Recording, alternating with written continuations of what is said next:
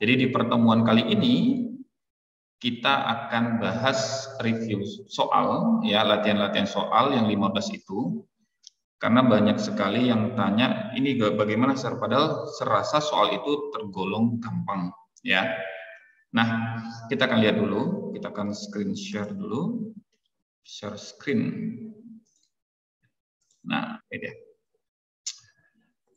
Oke. Nah, jadi kita akan bahas soal persiapan PTS 1 yang 15 tadi. Kalau ada pertanyaan, silahkan kalian tanyakan, ya. Jadi tidak harus menunggu selesai dulu. Kalau tidak, nanti jadi masalah. Ya, seperti biasa, silahkan kalau ada pertanyaan, silahkan ditanyakan. Nah, jadi untuk kimia kelas 12, ada 3 materi, saya ingatkan kembali yang akan kalian hadapi untuk ujian PTS 1-nya, itu adalah sifat koligatif, redoks, dan elektrokimia. Nah, sekarang kita lihat dari soal pertama. Nah, soal pertama, sebanyak 200 gram larutan NaOH 10%, itu adalah persen massa, dicampur dengan 300 gram larutan NaOH 20% massa, kadar larutan hasil pencampuran tersebut adalah titik-titik persen. Ya, jadi perhatikan baik-baik. Untuk soal nomor 1, bagaimana caranya? Gini, jadi misalkan saya punya wadah nih, ya, ada pencampuran, berarti ada 2 buah larutan. Ada 2 buah wadah beker kelas gitu ya. Ada 2 buah wadah, ini yang A, ini yang B, ya. Nah, yang A itu ternyata dia berisi 200 gram. Jadi kita kasih gambarannya. Nah, ini larutannya. Yang pertama adalah 200 gram larutan NaOH 10%. Yang kedua, 300 gram larutan NaOH 20%. Nah, jadi kalau kita lihat di soal tersebut, ini dicampurkan nih. Yang kita tahu apalagi? MR-nya NaOH berapa? 40. Nah, kalau kita buat pencampuran, jadi kita jawab ya, pencampurannya bagaimana? Persen massa itu sama dengan, nah cari satu-satu. Yang pertama dari yang larutan A, Jadi kita ganti warna dulu. Ya, kita ganti warna, jadi warna hijau lah ya. Jadi yang pertama, kalau dia bilang 10%, yang ini, berarti kan 10/100 dikali massanya berapa? 200 gram, maka dapatnya adalah 20 gram. 20 gram. Jadi ini coret ya.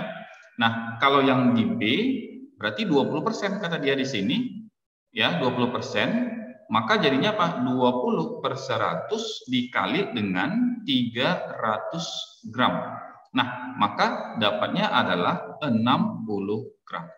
Maka otomatis kalau kita mau cari persen massanya untuk yang dicampurkan tersebut, ya, kita ganti warna dulu. Berarti 20 ditambah dengan 60 dibagi dengan massa totalnya kan berapa? 200 ya, 200 ditambah dengan 300. Nah, baru dikalikan dengan 100%. Kita dapatkan adalah 80/500 kali dengan 100%. Ya, maka otomatis dapatnya 80 bagi 5 berapa dapatnya di situ? Sekitar 16%. Nah, itu untuk soal nomor 1. Nah, ada pertanyaan di soal nomor 1 kira-kira? Ada pertanyaan? Bisa ya? Jadi kita sudah bisa mencampurkan tersebut gunakan rumus persen massa saja, itu gampang. Nah, sekarang kita lanjutkan untuk soal berikutnya. Soal nomor 2. Sejumlah zat non-elektrolit, ya, kalau dia bilang non-elektrolit, berarti kita sudah tahu nilai faktor Van Hoff-nya itu sama dengan 1. Nah, MR air itu adalah, ini bukan 180 ya, MR-nya itu. Ini bukan air maksudnya. MR daripada zat dan elektrolit tersebut. Ini hapus dulu. Sorry, kita hapus. Ya, jadi kalau kita jawab, apa di situ? P sama dengan P0 dikali NP per NP ditambah NT yang dikalikan dengan faktor Van Hoff. Jadi jangan pernah lupa bahwa faktor Van Hoff itu di rumus tekanan uap ini itu hanya dikalikan di mol terlarutnya saja. Nah, karena kita tahu dia bilang adalah zatnya non-elektrolit, maka faktor Van Hoff-nya itu sama dengan 1. Nah, jadi kalau kita masukkan angkanya berarti apa? 23,08 ya, itu sama dengan di sini dibilangnya tekanan uap airnya adalah 24. Berarti 24 dikali dengan mol pelarut. Mol pelarutnya massa airnya adalah 90. Berarti 90 per MR-nya adalah 18 dibagi 90 per 18 ditambah dengan gram daripada zat tersebut. Berarti kalau kita ibaratkan dia dengan X ya, berarti X gram per MR-nya adalah 180. Ya, MR-nya adalah 180. Jadi kalau kita buat 90 bagi 18 itu kan 5 nih. Ya, 90 bagi dengan 18 itu adalah 5.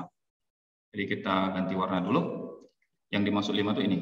Ini sama ini dapatnya 5. Berarti ini sama ini dapatnya juga 5. Ya.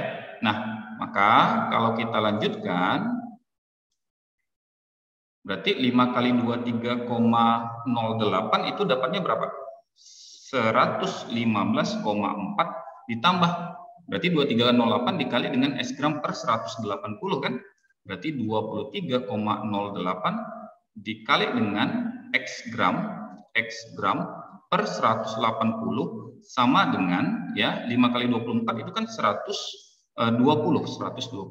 Nah, maka nanti kamu akan dapatkan X gram itu sama dengan 4,6 dikali 180 dibagi dengan 23,08. Nah, dapatnya X gramnya adalah 35,875 gram. Atau kita boleh bulatin, itu jadinya 36 gram untuk soal nomor 2. Ya, jadi di soal nomor 2 itu pembahasan kita adalah tentang penurunan tekanan uap. Ya, kalian bisa lihat di video-video yang sudah kita berikan. Sampai soal nomor 2. Ada pertanyaan? Ada pertanyaan soal nomor 2? Nggak ada?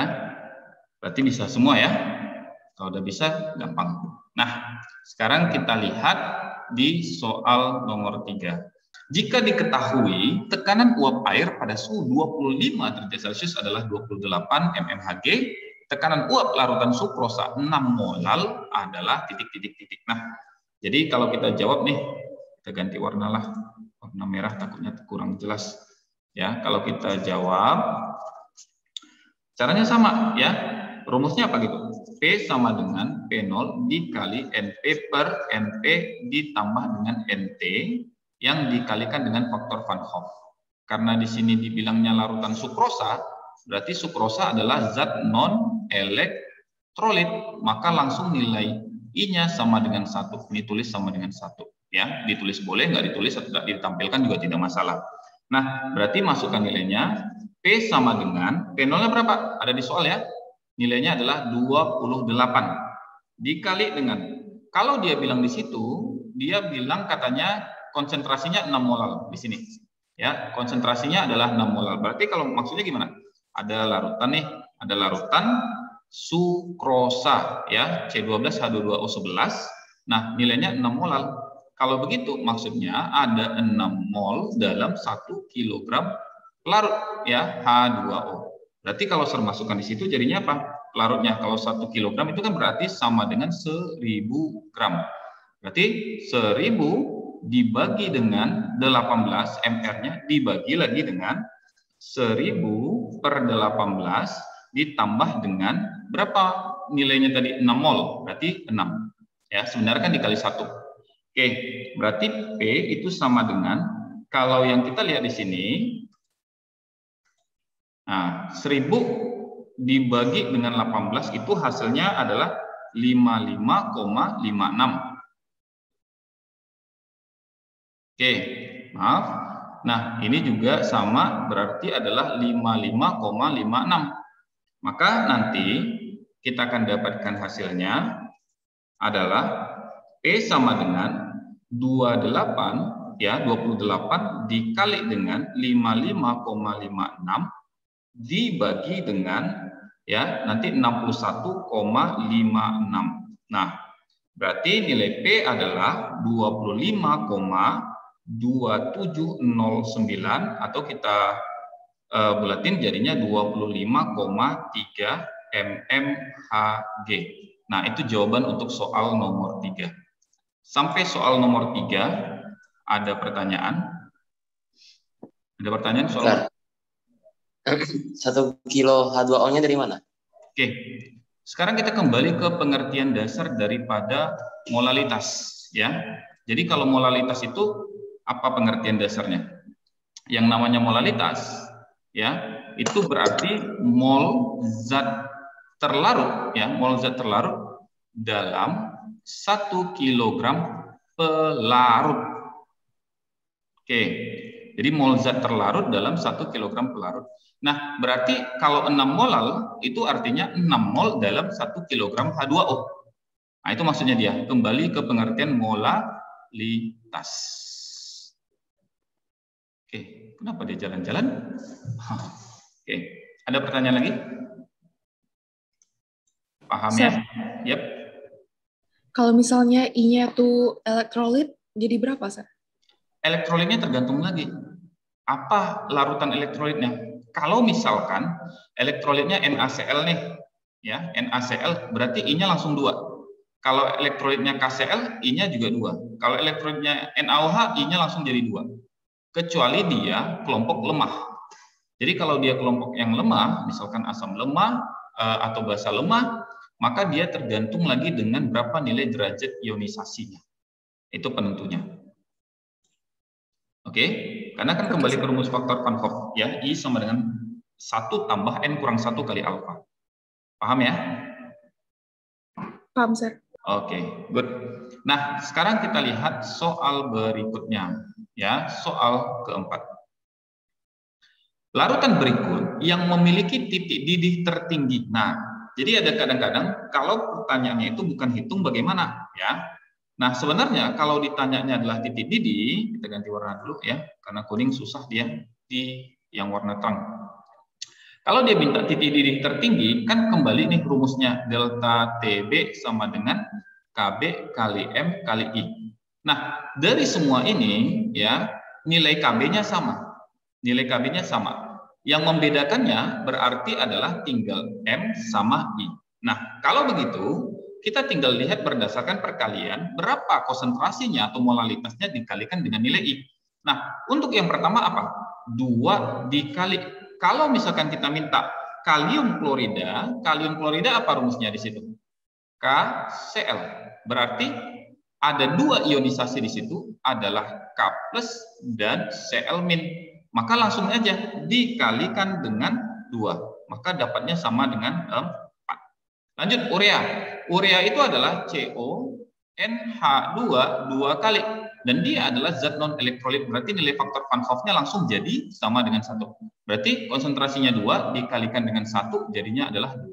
Sukrosa C12 H22O11 juga termasuk adalah kelompok non-elektrolit. Kemarin ada hafalannya apa? Gula, urea, alkohol. Kan gitu, kelompok non-elektrolit. Berarti dia nilai faktor Van Hoff-nya 1. Ya, I-nya sama dengan 1. Berarti apa? 3 kali 1 sama dengan 3. Nah, lanjut asam asetat. CH3COOH. Sebenarnya ini harus ada nilai derajat ionisasinya. Ya, berapa nilai alfanya? Nah, jadi kalau misal kita mau buat, berarti 2 dikali, anggap aja, karena dia sini menjadi CH3COO- dan menjadi H+. Ya, berarti dia kita anggaplah mendekati 2 gitu ya. Mendekati 2 karena nilai alfanya kita nggak tahu. Diibaratkan saja sama dengan 2, maka dia kita katakan mendekati 4. Nah, terakhir kalsium klorida. Kalsium klorida atau kita ibaratkan adalah CaCl2. Kita hapus dulu. Ya. Jadi CaCl2 dia. Kita ganti dengan pena. Ini CaCl2. Berarti kan pecahannya apa? Ca2+ ditambah dengan 2 Cl-. Berarti ada berapa ionnya? Ada 3 ya. Ada 1 buah Ca2+ dan 2 buah Cl-. Berarti kita kalikan adalah konsentrasinya adalah 1,5.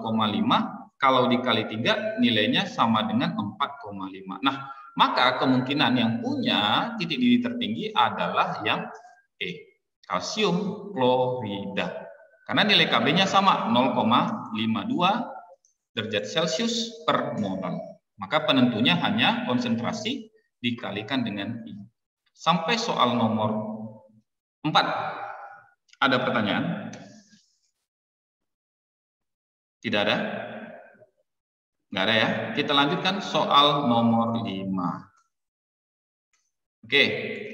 Di soal nomor 5, ya, perhatikan baik-baik. Soal nomor 5. Larutan asam lemah biner 2 molalitas mendidih pada suhu 101,56 derajat Celcius. Nah, nilai Kb adalah 0,52 derajat Celcius kilogram per mol. Nilai derajat ionisasi asam tersebut adalah titik. Diwarna dulu. Bagaimana caranya untuk soal nomor 5? Nah, kembali karena dia di sini membahas tentang mendidih, berarti kalau kita jawab delta Tb sama dengan Kb dikali M dikalikan dengan nilai I. Nah, berarti kalau misalkan kita lihat di situ, delta Tb sama dengan Kb dikali M dikali dengan apa? Faktor Van Hoff kan 1 tambah N kurang 1 kali alfa. Nah, kita tinggal substitusi saja. Berapa nilai delta Tb-nya? Berarti 1,56 derajat Celcius. Dari mana? Kan dia mendidih pada suhu 100 kalau dia normal. Nah, di sini 101,56. Berarti kita kurangin aja 101,56 dikurang 100. Dapatnya 1,56 derajat Celcius. Kb-nya 0,52. Ya, 0,52. Molalitasnya ada dibilang 2 molal. Berarti kita kalikan dengan 2. Kita kali lagi dengan 1 ditambah. Dibilangnya biner B itu artinya 2. Berarti terionisasi menjadi 2. 2 kurang 1. Ditanyanya adalah nilai alfa. Ya. Maka dapatnya adalah 1,56. Ini ya, kalau kita kalikan kan jadinya adalah 1,04. Berarti per 1,04 ya sama dengan apa di situ? 1 ditambah alfa. Kenapa? 2 kurang 1 itu nilainya sama dengan 1. Berarti 1 tambah alfa. Nah, maka dapatnya apa? 1,5 sama dengan 1 tambah alfa. 1,5 kurang 1 sama dengan alfa. Berarti alfanya adalah 0,5. Ya, 0,5 nilai derajat ionisasinya. Sampai soal nomor 5. Ada pertanyaan? Ada untuk soal nomor 5? Nggak ada ya? Jadi kita usahakan 15-nya tuntas semua. Oke, kita lanjutkan untuk soal nomor 6. Jika larutan A membeku pada suhu minus 3,72 derajat Celcius, larutan A tersebut akan mendidih pada suhu berapa? Nah, sekarang konsepnya gini, ya, kalau kita jawab. Hubungan apa sih antara mendidih dan membeku ini? Kalau dia delta TF, ya, rumus untuk membekunya, berarti kan KF kali M kali I. Berarti kalau serbuat delta TF per KF itu sama dengan M kali I. Gitu tuh, ya, M kali I. Nah, kalau gitu delta TB KB kali M kali I.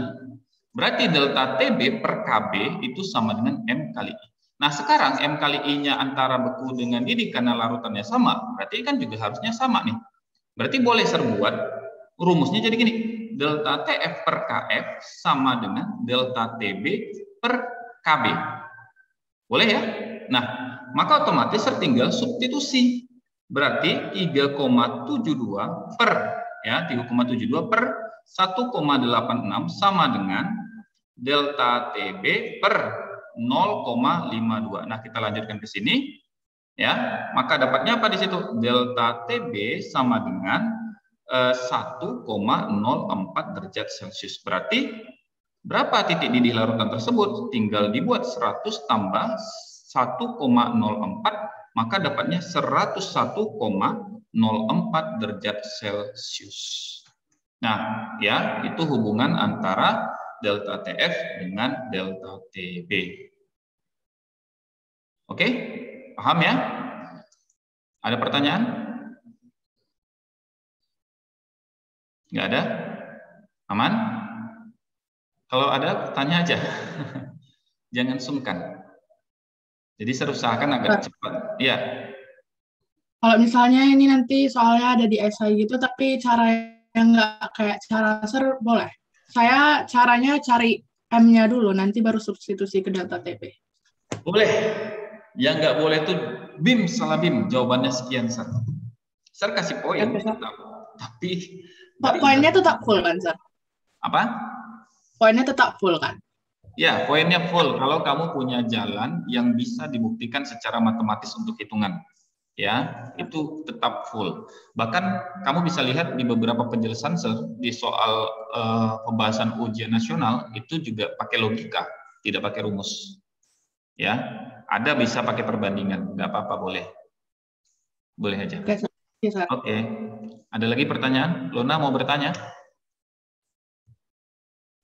Enggak, Sir. Cuman mau nanya itu aja, Sir. Takutnya kalau misalnya masuk ujian nggak Sir kasih full karena nggak sama kayak cara Sir.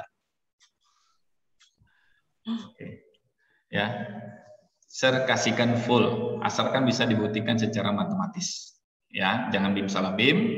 Jangan pula ujuk-ujuk dari mana lah munculnya tiba-tiba ini. Itu nggak bisa. Ya, tetap ada penjelasan ringkasnya saja.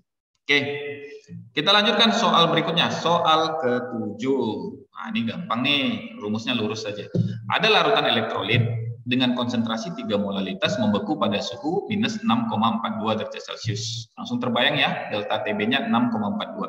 Jika titik beku air adalah 0, KF-nya 1,86, faktor Van Hoff dari larutan tersebut adalah. Jadi kalau kita jawab, delta TF sama dengan KF dikali M dikali I. Nah, berarti apa? 6,42 langsung ya. KF-nya 1,86 dikali dengan M-nya berapa? 3 molar ada di soal ya. Berarti kali 3 dikali dengan faktor Van Hoff-nya nilainya I. Maka langsung kita buat 6,42 per 1,86 yang dikali 3 sama dengan nilai I. Atau I sama dengan 1,15. Jadi lurus aja kok rumusnya. Ya, tinggal pakai saja. Oke, bisa ya untuk soal nomor 7. Sekarang kita coba untuk menyelesaikan soal nomor 8. Larutan glukosa 2 molaritas isotonis dengan larutan asam asetat 1,5 molaritas. Derajat ionisasi larutan asam asetat tersebut adalah, nah berarti kalau misalkan kita jawab berarti apa? Kalau di sini miliknya glukosa ya, ini miliknya misalkan asam asetat berarti CH3COOH. Nah, berarti apa yang sama kalau dibilang isotonis? Ya, tekanan osmotiknya atau tekanan osmosisnya sama gitu ya. Berarti rumusnya kan M kali R kali T kali I.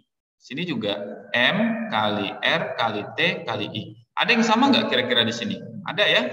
Yang sama itu adalah nilai R sama, nilai T sama. Nah, maka itu yang bisa kita coret. Sekarang kita lanjutkan. Berapa nilai M-nya? 2. Berarti 2 sama dengan gitu ya. 2 sama dengan yang di sini M-nya sama asetat 1,5 kemudian dikali dengan 1 tambah N kurang 1. Kalau asam asetat itu kan adalah CH3COOH, dia terionisasi menjadi CH3COO- dan H+. Maka otomatis 2 kurang 1 dikalikan dengan yang ditanya derajat ionisasi berarti alfa. Ya, maka kita dapatkan 2 sama dengan 1,5 kemudian dikali dengan 1 tambah alfa. Berarti 2 sama dengan 1,5 tambah 1,5 alfa. 2 kurang 1,5 sama dengan 1,5 alfa. Berarti ini apa nih? Berapa? Nilainya adalah 0,5. Ya, langsung aja ya. Ini pindah langsung jadi bagi 1,5 sama dengan alfa. Sebenarnya bukan pindah ya, sama-sama dibagi 1,5 maksudnya. Berarti alfa itu sama dengan 0,3333 dan seterusnya. Ya, itulah nilai derajat ionisasi dari asam asetat tersebut. Ya, dia adalah termasuk asam lemah. Sampai soal nomor 8 ada pertanyaan. Nggak ada ya. Jadi masih bisa. Wah, terkejar nih. Berapa menit lagi kita? Bisa. Kita lanjutkan soal berikutnya. Jadi sekarang kita bahas, nah ini soal berikutnya.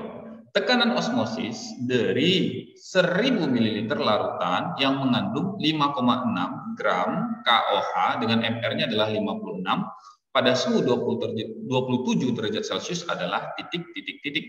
Ya, itu untuk soal nomor 9. Nah, ini lurus saja. Kita jawab. Tekanan osmotik itu adalah M kali R kali T kali I. Berapa nilai M itu? Rumusnya apa? Gram per MR dikali dengan 1000 per volume dalam satuan mililiter. Volume siapa? Larutan ya. Dikali R dikali T, kemudian baru dikali I. Dia bilang di sini adalah KOH. Ya, KOH. Berarti kalau KOH itu langsung nilai I-nya sama dengan 2. Kenapa?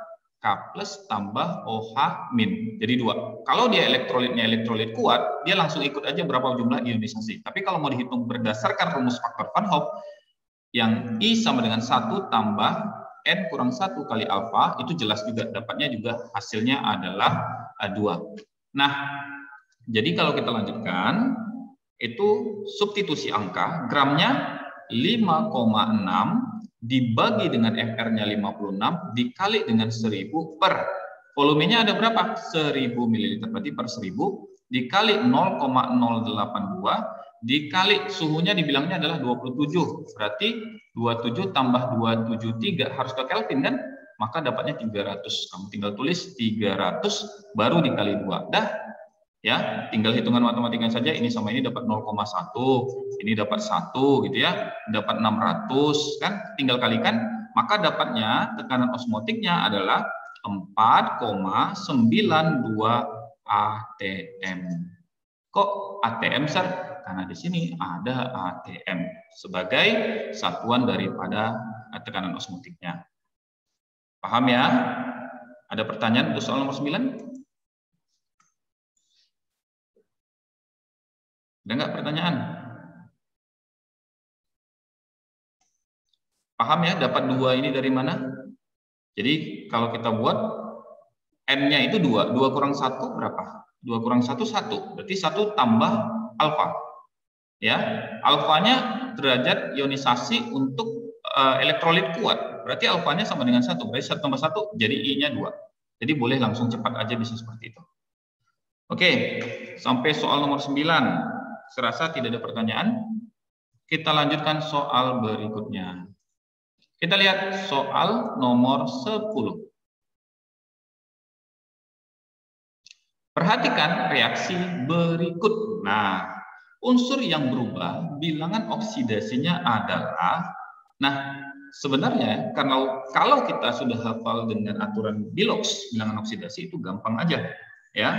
Jadi kalau mau kita buat, kita jawab ya. Kita jawab K2CrO7 ditambah dengan 6KCl, kemudian ditambah dengan 7H2O, menghasilkan Cr2SO4 3 kali ditambah 3Cl2 ditambah 4K2SO4 ditambah 7H2O. Wah, hampir nggak muat. Nah, sekarang kita lihat. Ganti warna dulu biar jelas. Ya. Ini plus 1, ini jadi plus 2, ini min 2, ini jadi minus 14, berarti ini positif 12. Ini positif 1, ini minus 1, plus 1 kali 2 plus 2, ini minus 2. Nah, sebenarnya SO4 ini kan minus 2. Kali 3 berarti minus 6. Berarti ini plus 6, CR-nya sendiri berarti plus 3. Nah, ini 0 ya. Plus 1 kali 2 adalah plus 2, min 2 kali 4 minus 8, berarti ini harus plus 6, kemudian ini plus 1, ini plus 2, ini min 2. Nah, kalau dia minta yang berubah bilangan oksidasinya yang mana? Nah, ganti warna dulu. Jadi, yang berubah ini nih, CR dari positif 12 ke sini ya, ke positif 3. Ya, positif 12 ke positif 3. Turun ya, disebut sebagai reduksi. Kemudian ada lagi yang berubah tidak? Cl dari minus 1 ke 0. Nah, Dari minus 1 ke 0 naik, berarti disebut sebagai oksidasi. Berarti yang berubah apa? Cr dan Cl. Ya, selebihnya tidak ada perubahan bilangan oksidasi. Sama di situ. Ada pertanyaan untuk soal nomor 10? Nggak ada? Bisa ya. Yang penting sudah hafal bagaimana cara pemberian aturan bilangan oksidasi, saya rasa nggak ada masalah. Dan kemarin saya sudah katakan, cara cepat untuk melihat dia redoks atau bukan, ada nggak yang namanya unsur bebas di situ. Ya, kita coba dari soal berikutnya. Mana tahu ada yang mirip. Sekarang kita lihat soal nomor 11. Reaksi berikut yang merupakan reaksi redoks adalah, yang mana kira-kira yang merupakan reaksi redoks, kan gitu. Saya ganti warna dulu. Sebenarnya kalau mau cepatnya tinggal lihat ada unsur bebas, kira-kira ini dia. Langsung D jawabannya. Gitu. Ya. Tapi kalau mau pembuktian satu persatu ya tidak ada masalah. Coba kita ambil dari A. Ya. Ganti warna lah. Ungu gelap. Ganti kuning. Nah, jadi kalau pembuktian satu persatu nih, kita punya pertama Na2CO3 ditambah dengan asam sulfat ya.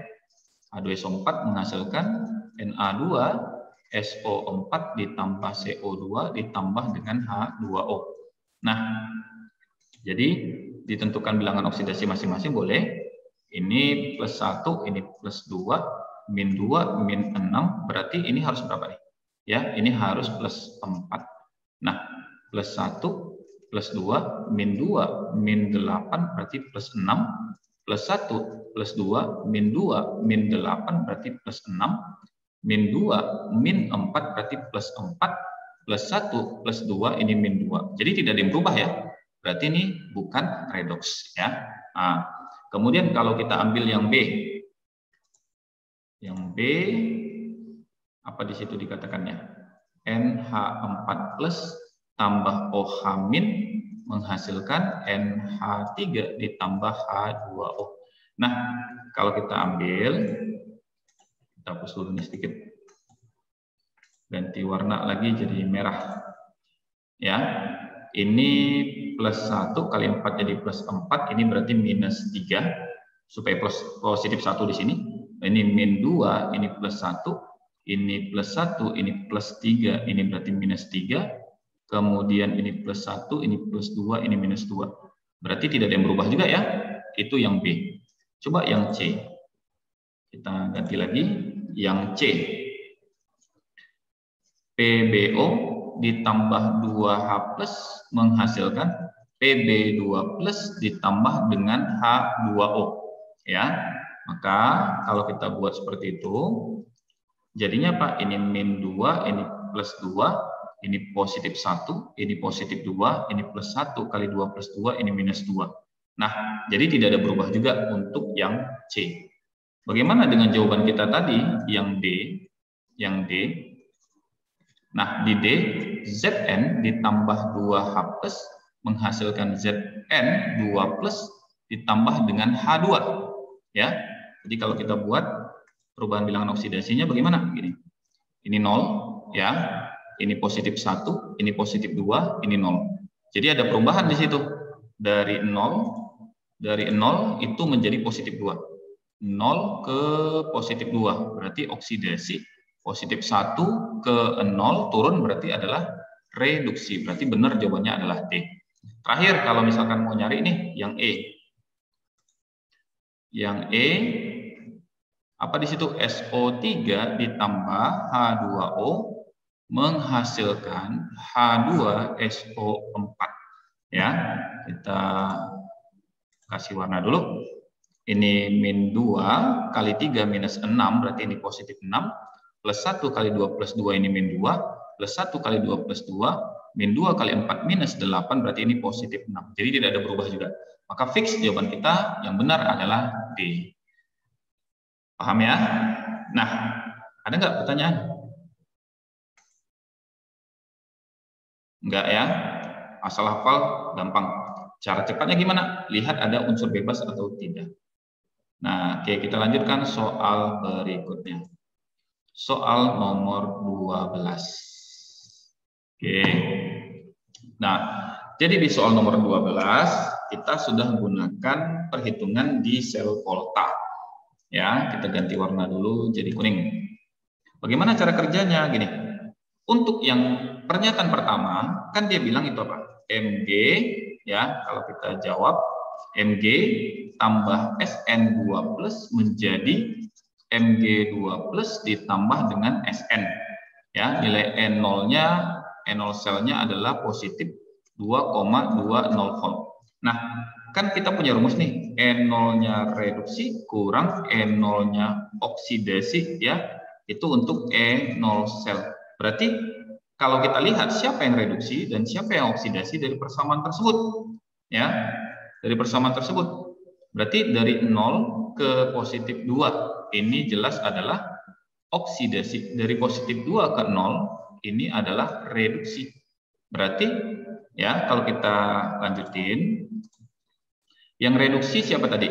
Sn. Berarti E0-nya Sn dikurang E0-nya Mg itu sama dengan positif 2,20 volt. Nah, berarti Sn itu bisa kita lihat dari sini kan? Sn berapa nilainya di situ? Minus 0,14 dikurang E0-nya Mg itu sama dengan positif 2,20. Berarti kalau kita buat minus 0,14 dikurang 2,20 sama dengan E0-nya si Mg kan? Kan nggak ada di situ. Kita cari dulu dari sini. Berarti E0-nya untuk logam Mg sama dengan minus 2,34 volt. Dah, dapat beres satu. Nah, sekarang dari soal, ya, yang ditanyanya adalah Mg tambah Cu2 plus menjadi Mg2 plus ditambah Cu. Nah, ini dari soal nih, ya, yang ditanya. Berarti kita lihat siapa yang mengalami oksidasi dan siapa yang mengalami reduksi. Ini 0 ke positif 2. Oks, positif 2 ke 0. Ya, itu adalah reduksi. Ya, positif 2 ke 0. Nah, berarti kalau mau kita selesaikan, ganti oranye lah. N0-nya Cu dikurang E0-nya Mg kan? Itu yang ditanya. Karena yang mengalami reduksi adalah logam Cu. Berarti Cu di soal ada di sini, itu adalah positif 0,34 volt dikurang Mg. Mg-nya udah kita cari tadi adalah minus 2,34 volt. Ya, itulah nilai E0 sel. Berarti E0 selnya adalah sama dengan positif 2,68 volt. Oke. Sampai soal nomor 12 ada pertanyaan?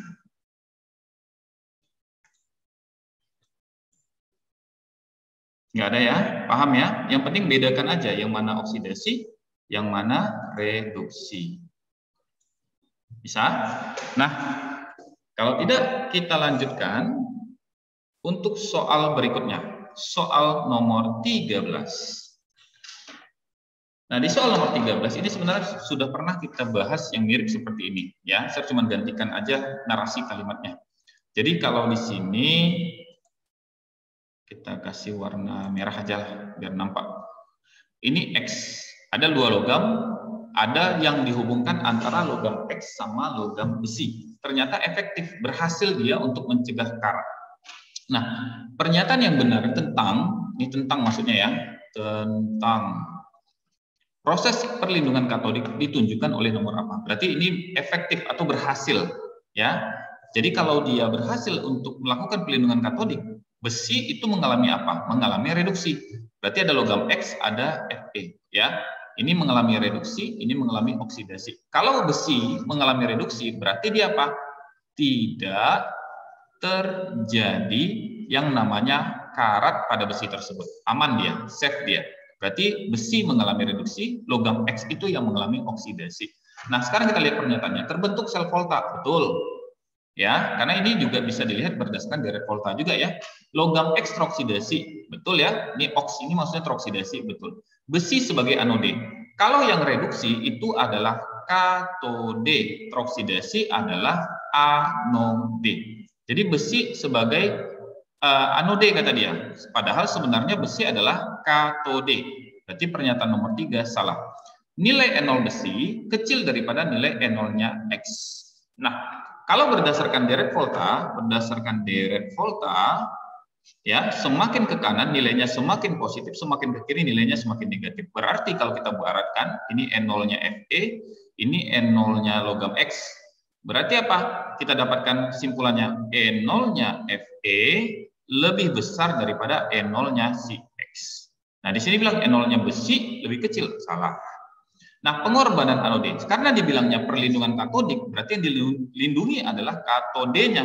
Siapa katodenya? Katodenya adalah besi. Berarti siapa yang dikorbankan? Dikorbankan adalah X. Berarti benar pengorbanan anode. Nah, maka pernyataan yang benar adalah 1, 2, dan 5. Ya, itu untuk soal nomor 13. Sampai di soal nomor 13 ada pertanyaan?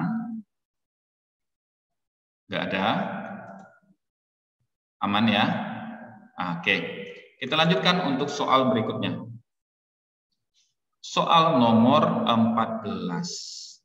Pada elektrolisis, larutan NaNO3 dengan elektrode grafit terjadi reaksi di anode. Nah, ini ringkas saja ya, ringkas saja. Nah, jadi elektrodenya grafit berarti termasuk elektrode inert ya, yang sulit untuk bereaksi. Apa? Karbon, platina, aurum, emas.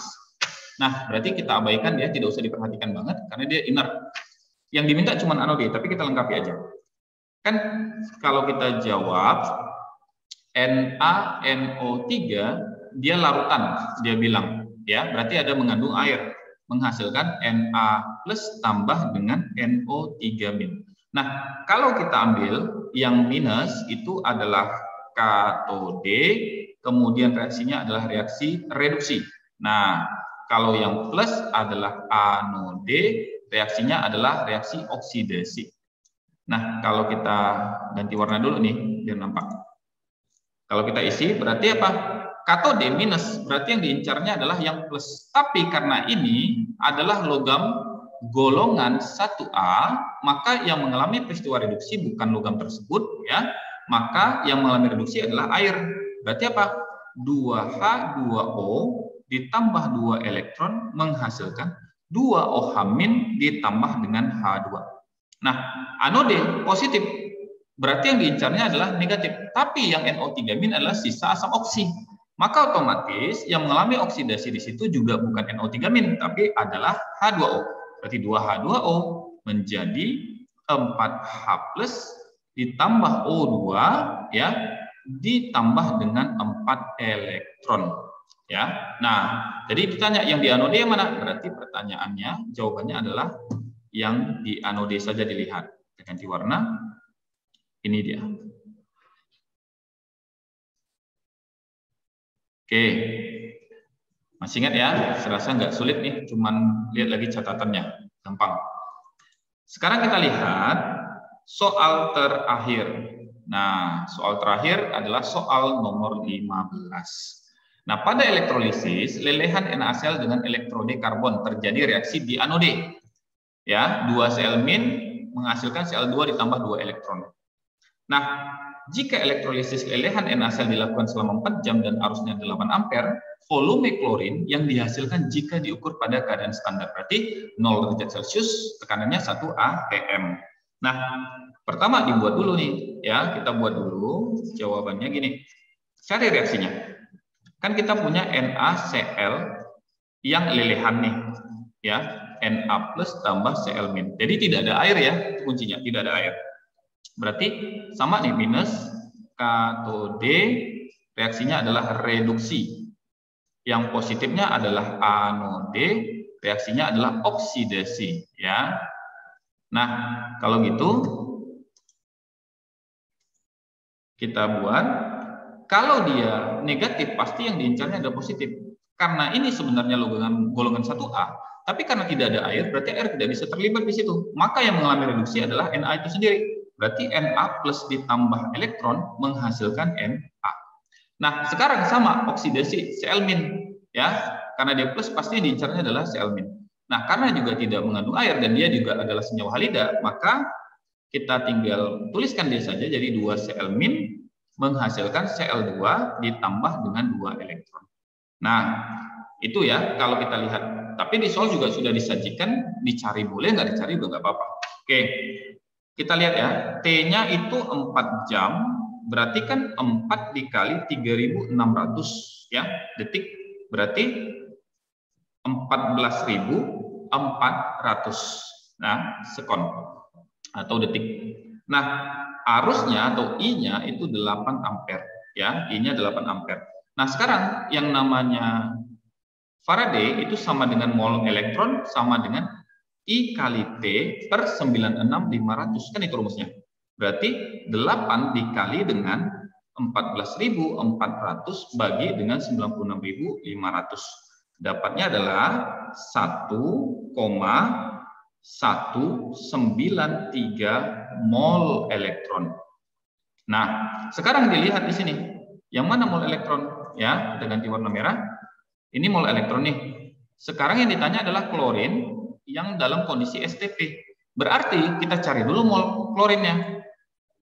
Nah, jadi caranya molnya Cl2 itu sama dengan, kan koefisiennya ini 1, koefisiennya elektron 2, berarti 1/2 dikali 1,193, dapatnya adalah 0,5965 mol klorin. Nah, karena ditanyanya dalam kondisi STP, ya, volume STP-nya berapa? Kan itu volume klorin dalam kondisi standar, temperatur dan pressure. Berarti mol kali 22,4 liter, dapatnya adalah 0,5965 kali 22,4 sama dengan 13,36 ya, 13,36 liter. 13,36 liter. Untuk soal terakhir, soal ke-15 ya, karena kurang lebih soalnya akan seperti itu yang akan keluar di ujian. Ada pertanyaan tidak? Nggak sulit ya, 15 soalnya kurang lebih seperti itu. Jadi serasa tidak ada masalah, itu bisa dikerjakan semuanya. Ada nggak pertanyaan sampai di sini? Nggak ya? Aman? Nah, berarti itu adalah soal terakhir kita. Ya, tolong belajar dengan baik-baik. Walaupun kita ujian kalau saya tidak salah itu tanggal 27. Satu minggu satu lagi gitu loh. Ya, jadi cukup lama. Nanti saya juga akan produksi video tentang korosi supaya nanti lengkap satu paketan PTS, kalian bisa pelajari nantinya. Mungkin ada teman-teman yang nggak masuk, tolong dikasihkan catatannya, kasih pinjam. Atau ini kita buatkan videonya juga boleh. Wih, kecanduan buat video ini susah. Ya, jangan lupa like, subscribe. Jualan tetap main ya. Oke, jadi penjelasan silakan lihat di YouTube, Sir. Ada di situ semua. Jangan lupa ya. Kita stop share dulu ya. Jangan lupa untuk like, comment, share, subscribe.